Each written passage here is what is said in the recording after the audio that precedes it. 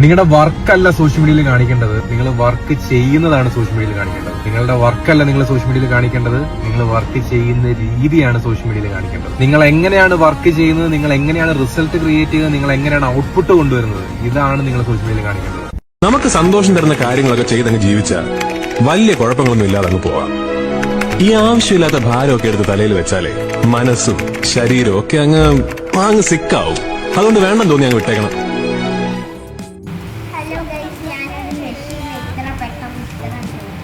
ഉള്ളം കയ്യിൽ തൂകി സ്നേഹം നോൽക്കും നാടേ സ്വർഗം തന്നെ നീയേ.